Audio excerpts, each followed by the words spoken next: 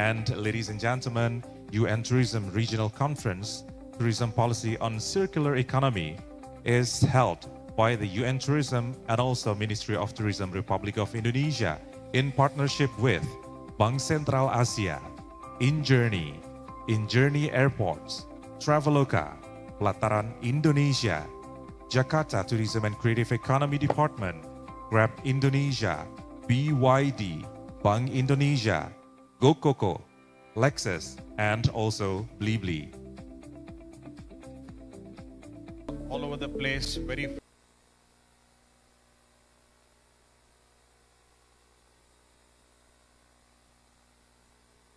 the very beginning,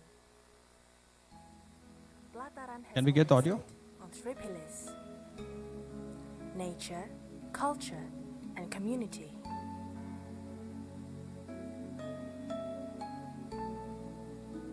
Ecotourism is not a gimmick.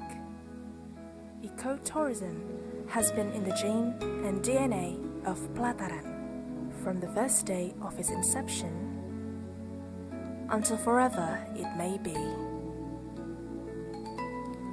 At Plataran, we believe that Indonesia's nature is truly God's gift. And the way we can express our gratefulness is through protecting and taking care of it. We may not see God, but we can feel God's presence through nature. At Plataran, we believe that Indonesia's culture is truly a treasure, and we are responsible to preserving and passing it on to future generations. We are proud Indonesians who ensure the legacy is passed down. At Plataran, we believe that the Indonesian people are extraordinary people, and we must go together hand in hand to build each other up and contribute to our country. We are Bhinneka Tunggal Ika, and onwards we will strive towards Indonesia Emas. Ecotourism is the way forward. Taking care of nature, serving culture, and contributing to society. At Plataran, we will continue to carry this on as we are proud to be responsible Indonesians.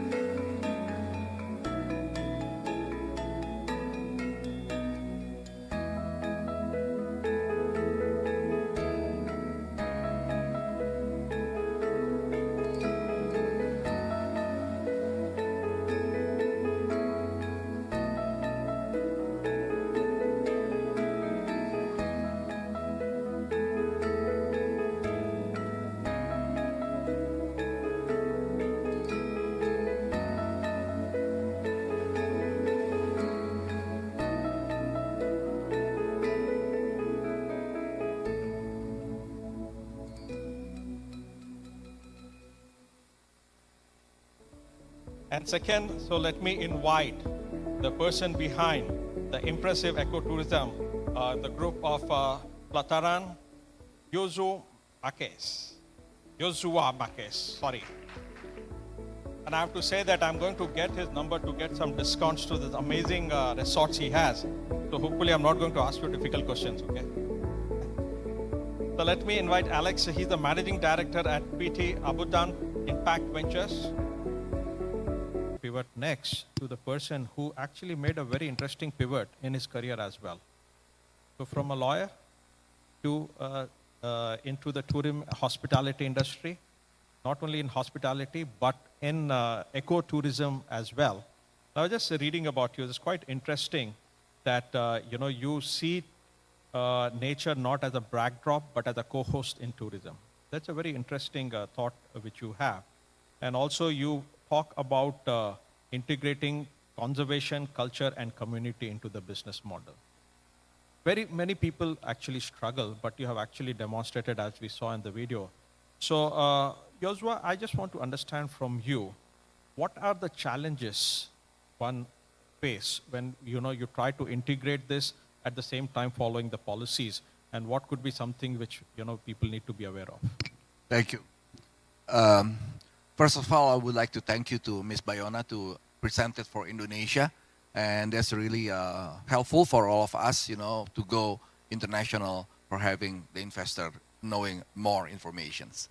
So to respond to that question, I think since this is a high-level discussions, I would need to go to the background information of the whole thing before Plataran goes to the nitty-gritty of that questions.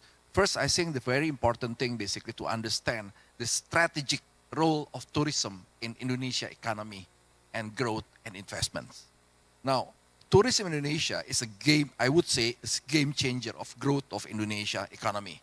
Since its DNA meets number one, it's an export-oriented, no tariff dispute, labor-intensive, preserving nature, culture, and community, as well as a solutive nexus of an Indonesia middle-class trap.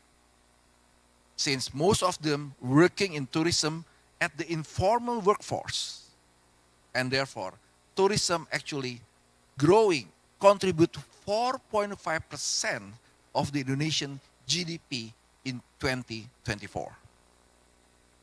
It's about 14 million foreigners come to Indonesia 2024. More than 1 billion domestic travels.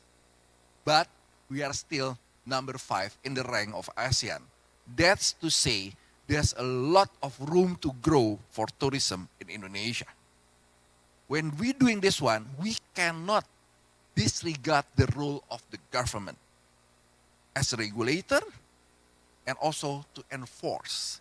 Is indisputable for tourism industry, especially number one, for a policy that we would call a tourism-friendly policies, including investment, visas, concession period, airline route, and so forth. Second, to fund the tourism events and promotions, very important. And last but not least, I would call it providing soft and hard infrastructure, including taxation. But we cannot only see the Ministry of Tourism.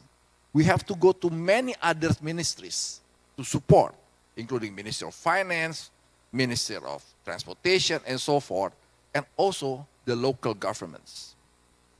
So, very important on those kind of things, there's a lot of opportunities, there is a support, and last but not least, if I would say, Indonesian tourism meets all the relevant advantages and differentiation elements in the ecotourism requirements for sustainable tourism. Ministry of Tourism, I think they have launched in 2025 two ya Bu, kalau nggak salah. The most important thing is I think for quality tourism on clean tourism movement and tourism upgrade program. This to respond of the next level or the different class of tourism.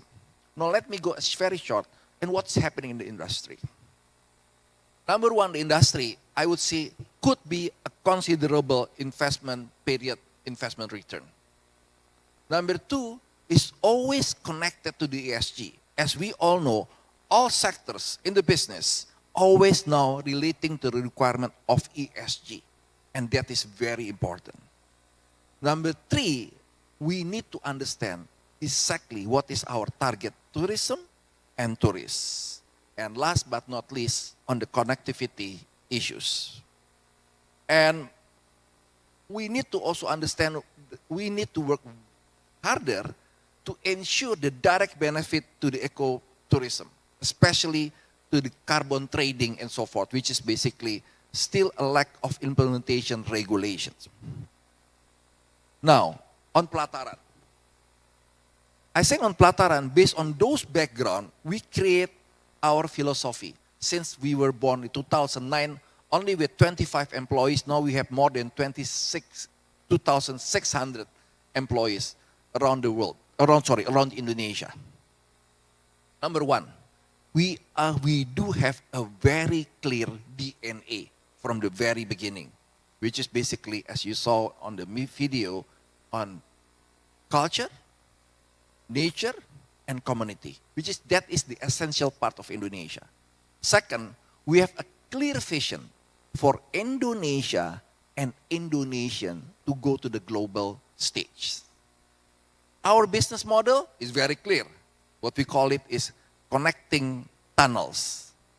We have a true taglines such as True Indonesian Icon, Hospitality with Impact, and Home of Next Level Indonesian Hospitality. That would be our guidance when we do the business. We could be one and the only Indonesia of what we call it Indonesia Hospitality Platform for investment. So the investor will look on the pool of investment provided therein. Our principle is 3P, for profit, people, and planet. And of course, we do all these things for purpose of life. Last but not least, for this fundamental philosophy is, we see when we do something for the tourism, we don't only do it for the customer, but most important, for the place itself. Because the type of tourists are people who appreciate the business people who giving back to the nature and to the people. Now, last but not least, on the basic approach that we do is a very clear new tourism market segments and positionings. Very clear focus on what we're doing in our DNA, which is based on experience engagement. Tourist now is doing basically not only luxury, but on the engagement.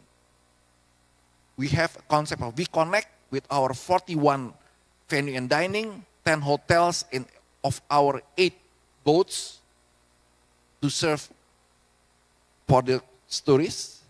And we have a concept of culture exchange and sustainability development diplomacy, which we have started in Japan with Okura. And everything environment, when we do environment, there is a cost on that one. So we need to calibrate it in accordance with our cost control. Through branding, and that's reflecting, as you saw in the video, what Plataran Menjangan. How we did Plataran Menjangan? When they call us, the government, can you do this national park for conservation? The first thing that we did, not to conserve the flora and fauna, but the people.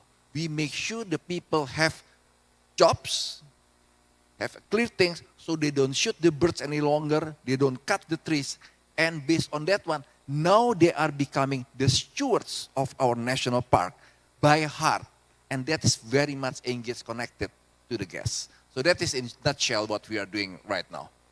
I think we have to acknowledge ecotourism is a part of the ecosystem of ESG for any business. Any investor would like to go towards, any sector would need to have an ESG, and ESG is very much related to ecotourism. That's the first principle that I take. Second, on this investor interest, number one, of course, is trust. And trust is talking about reputation, how you do your governance. The second is how you do the collaborations. Nothing in the world that you can do yourself. Even you are so strong, you need a collaborations. The third is basically how creative you are in your business, while at the same time you steward the ecotourism. And last but not least, that is a very much important that basically we do the Kaizen. We do the improvement from time to time and to ensure that we respond to the investors and to the market. That means everything at the end of the day has to be commercial to support our sustainability. That's it from my side. Thank you.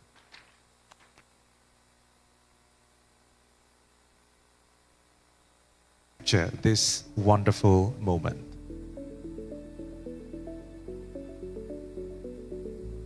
So, ladies and gentlemen, while waiting for the next agenda, if you are interested for a coffee break, we invite you to take several food and also beverages with you, but please come back to this room because right after this, we will continue to the next agenda.